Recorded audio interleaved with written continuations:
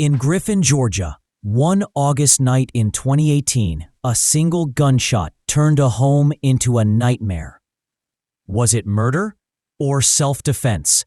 Watch till the end, study every detail, and tell me in the comments, was justice served or did the system fail?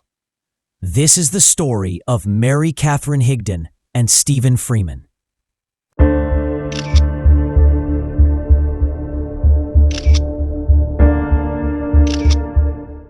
Stephen Freeman was born on January 1, 1995. He grew up in a close-knit family, loving parents, a younger brother, and a big circle of friends. Everyone who knew Stephen described him the same way: kind, funny, always smiling. He was the kind of guy who said, "I love you," freely, and meant it. He loved being outdoors, hunting, fishing, camping, anything that took him into nature. Friends said he was laid back, never stressed, and always calm. Then there was Mary Katherine Higdon, born a year earlier in 1994, a fun, energetic, creative girl who loved animals and attention. As a kid, she performed for her family, making everyone laugh. She was smart, playful, and grew up in the same small Georgia community. Mary and Stephen met in high school and clicked instantly. Both loved the outdoors, both had easygoing personalities, and they became inseparable fast. They were the couple everyone thought would last forever. After graduation, they moved in together and started building their adult lives. Stephen worked as a metal fabricator for a roofing company, while Mary worked part-time as a teacher's assistant, and later at a sporting goods store that sold firearms. There, she learned how to safely load, clean, and handle guns. She became comfortable, even proud, of her gun knowledge. Friends said she often bragged about being a better shot than Stephen. By 2018, the couple had been together on and off for 7 years. But behind the smiles, things were getting volatile. On the night of August 1st, 2018, a frantic 911 call came through just before 11 p.m. The woman on the line was hysterical. "I accidentally just shot my boyfriend. Please help me." The caller was Mary Katherine Higdon. When police arrived, they found her kneeling beside Stephen, who was lying on a mattress with a gunshot wound just below his neck. She was sobbing, screaming for help, begging him to survive.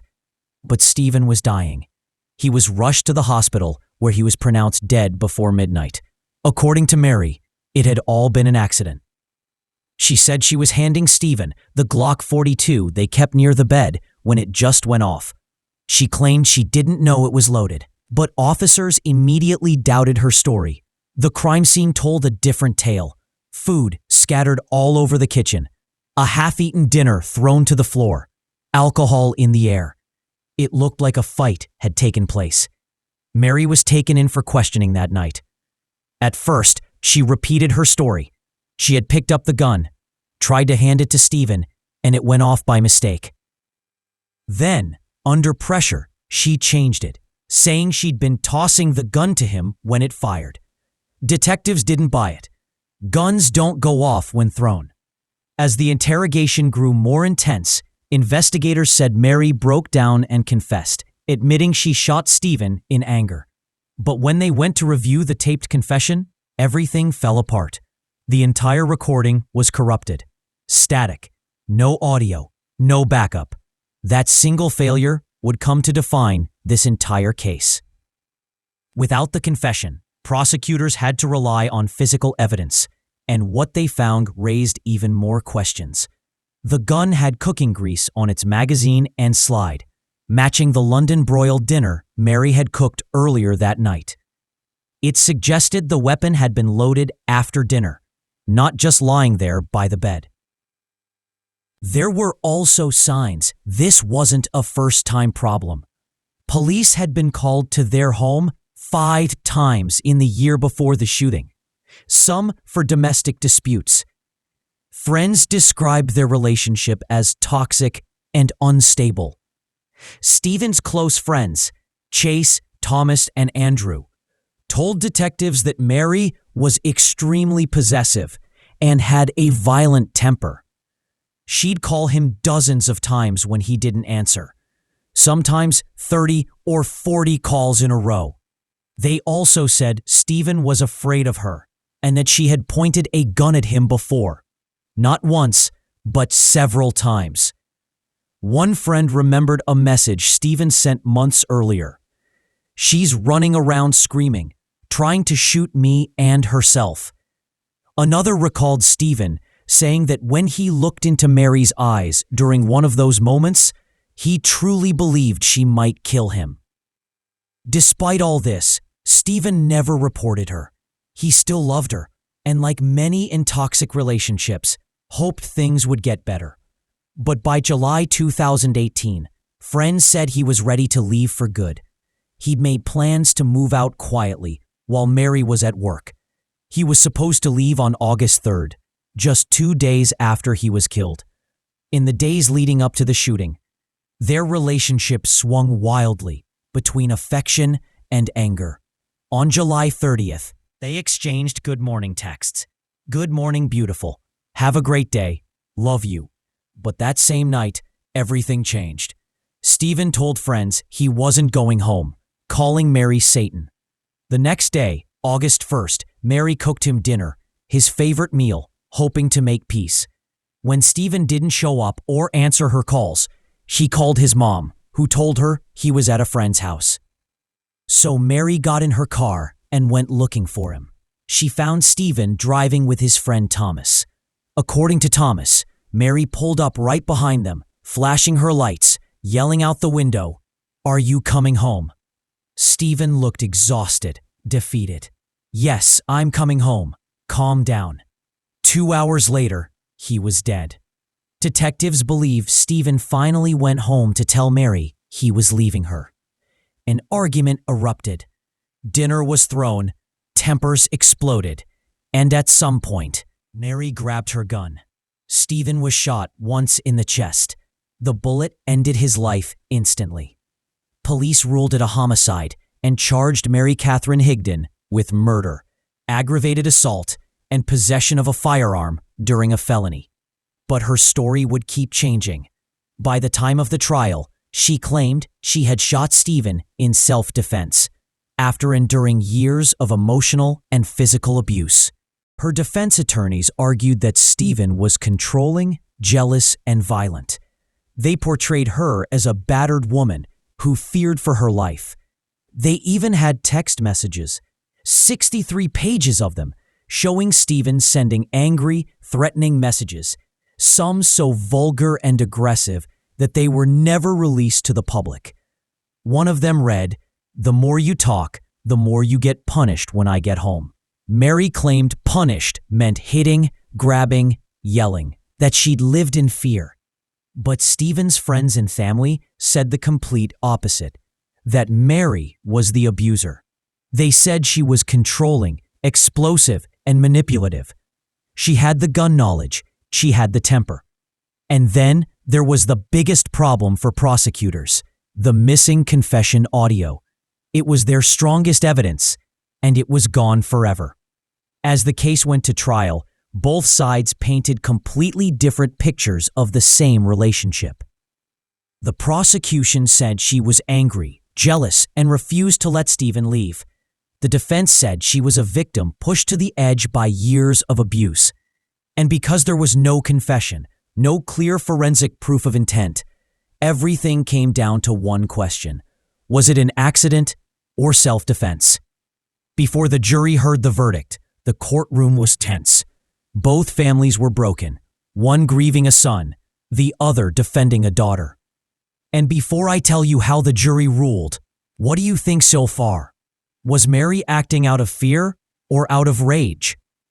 Let me know in the comments below before we continue. The jury had heard two completely different stories. One, that Mary Katherine Higdon was a jealous girlfriend who couldn't handle losing control. And the other, that she was a woman pushed to the breaking point by an abusive partner. The courtroom was divided. The prosecution opened their case with a clear statement. This was not an accident, and it certainly wasn't self-defense. They pointed out that Mary knew exactly how to handle firearms. She worked in a gun store. She'd completed gun safety training, and she bragged about being a better shot than Stephen. For someone that experienced, an accidental discharge was almost impossible. They also reminded the jury that she had changed her story multiple times, from handing the gun, to tossing it, to saying it fired on its own. Every version was different, and every change made her look less credible. Then came the physical evidence. The grease found on the Glock suggested she'd loaded it after dinner, not just picked it up randomly. The scattered food and overturned table showed a fight had taken place, and Stephen's friends testified that this wasn't the first time Mary had pulled a gun on him. To them, this was no accident. It was the final act of a long, toxic relationship. But the defense came prepared. They knew, without the confession tape, the prosecution's case was weaker. Their entire strategy was to humanize Mary, to show her not as a killer, but as a survivor. They claimed Stephen was emotionally abusive, manipulative, and violent behind closed doors. That he controlled her, demanded to know where she was, what she spent, who she talked to. They said she lived in constant fear. And then, in a risky move, they put Mary Katherine herself on the stand. It was an emotional moment. Crying through most of her testimony, she told the jury about the early days of their relationship, how loving Stephen was in the beginning, how safe she felt, and how things slowly turned dark. According to Mary, the man everyone thought was gentle and kind had a much darker side. She said he had physically abused her, kicking, grabbing, and hitting her. She claimed that one time he kicked her off their bed so hard her head slammed into the doorframe. She never reported it, saying she blamed herself for making him angry. Then came her most shocking allegation. Mary told the court that Stephen had a red room, a space in their home, modeled after the one in 50 Shades of Grey. She said he would take her there and punish her. And according to her, 2 of those encounters turned into rape. She described one of them in disturbing detail. They had just returned from a trip to Disney World. When they got home, she said Stephen became aggressive. She asked him to stop, but he didn't. He allegedly told her, "I bought you all this stuff. Now you owe me." The courtroom was silent. Stephen's family sat in disbelief. They had never heard anything like this before. His mother was devastated, insisting that her son could never do something like that. But the defense wasn't done. They showed the jury over 60 pages of text messages from Stephen to Mary. Messages that were angry, threatening, and full of profanity. Some were so graphic, they weren't even read aloud in court. One read, "The more you talk, the more you get punished when I get home." When asked what punished meant, Mary said it referred to slapping, grabbing, and shaking her.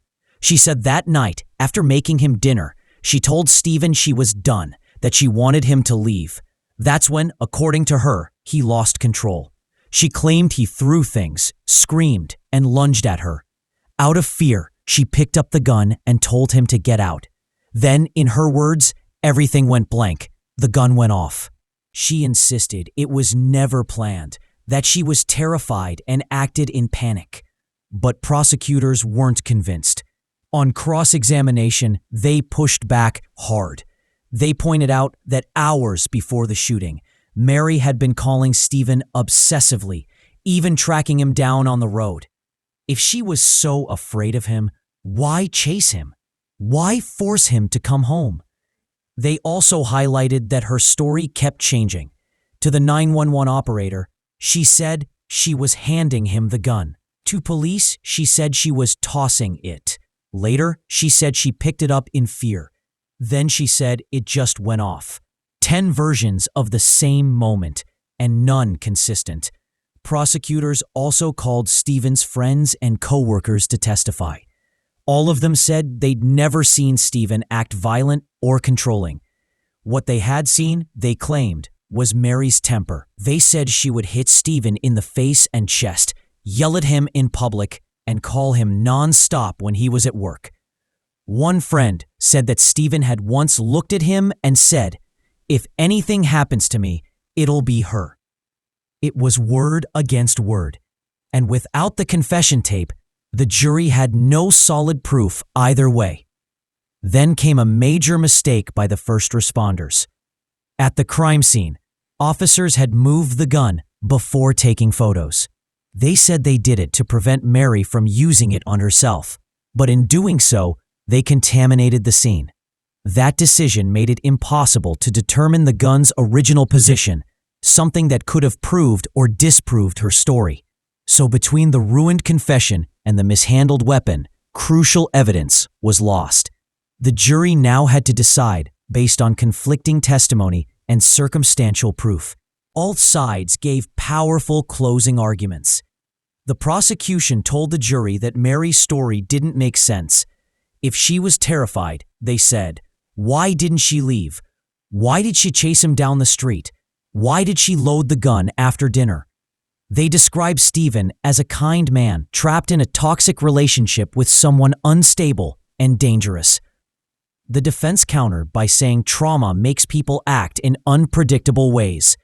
Victims of abuse lie, they hide, they chase, they beg, all in the twisted logic of fear and dependency. They said Mary was a woman broken by years of manipulation who finally fought back. Then, the defense made one of the strangest arguments of the trial. They compared Mary's reactions to a jack-in-the-box. They said when you turn the crank, you know something is coming. You flinch. You brace yourself. Just like that, Mary had braced for the abuse she thought was coming when she saw that look on Stephen's face. The analogy left the courtroom divided, some jurors nodding, others frowning. When deliberations began, 12 jurors entered the room, 7 women and 5 men. They took an initial vote. The result, 10 guilty, 2 not guilty. The 2 holdouts were both men. They said convicting her would destroy another family and that the evidence wasn't strong enough to prove intent. The jury debated for hours, going over every piece of evidence, every text, every inconsistency. Some said Mary was clearly lying. Others said there was just too much doubt. Without the confession tape, it was her word against 2 dead microphones.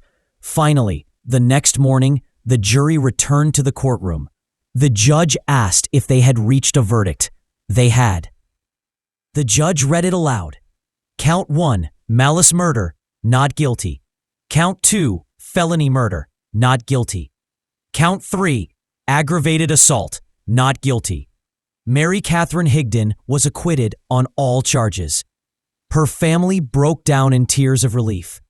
Across the aisle, Stephen's mother sat frozen, devastated. She couldn't believe what she was hearing.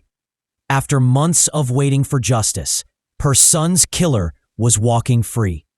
Prosecutors were crushed. They believed the broken audio recording had destroyed their case. Without it, the jury just couldn't find proof beyond a reasonable doubt. Mary was released from jail on June 26, 2019, less than a year after the shooting. In interviews since, jurors have said it was one of the hardest decisions they've ever made. Most admitted they believed Mary probably shot Stephen intentionally. But probably isn't enough for a conviction. Reasonable doubt saved her. As for Mary, she moved away, started over, and has largely stayed out of the public eye. She said she feels deep remorse, that she'll live with guilt forever, and that she never wanted to hurt Stephen. Stephen's mother, Jennifer Freeman, continues to grieve and advocate for domestic violence awareness. She's spoken publicly about the case, saying she doesn't believe her son was abusive and that she'll never forgive the mistakes that cost his life justice. She still keeps Stephen's childhood notes, including one where he wrote, "To the most wonderful woman in the world, you can accomplish anything you set your mind to. I love you to the moon and back." It was their special phrase, something they said every time they parted. Today, she says those words remind her not just of who Stephen was, but of how quickly life can change. This case divided a town and left one question unanswered. Did Mary act out of fear or out of rage? With no confession, no clear forensic proof, and two completely opposing stories, the truth may never be known. Some see a victim who survived abuse. Others see a manipulator who escaped punishment. One thing is certain: a 23-year-old man is gone, and a family will never be the same. So, what do you think? Was justice served? Or did the system fail Stephen Freeman? Let me know your thoughts in the comments below. And remember, behind every case like this, there's a truth we may never fully know. Before you share your thoughts, make sure you like the video. And if you want to see more true crime cases like this, make sure you subscribe our channel. Thank you for watching. See you in the next video.